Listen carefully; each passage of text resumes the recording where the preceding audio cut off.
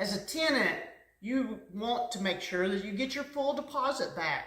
And there's certain things that you can do to make that happen.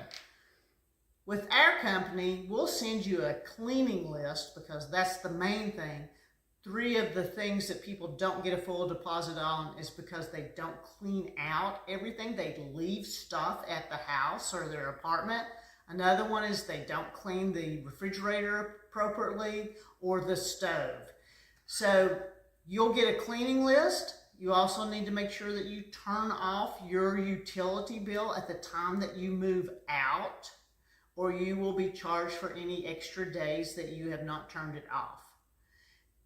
The other thing that you need to make sure that you do is that you give appropriate notice. If you are on an annual contract that's getting ready to end, you need to give a 30-day notice that you are not going to renew. If you are on a month-to-month, you only have to give a 7-day notice before the end of the month that you're not renewing.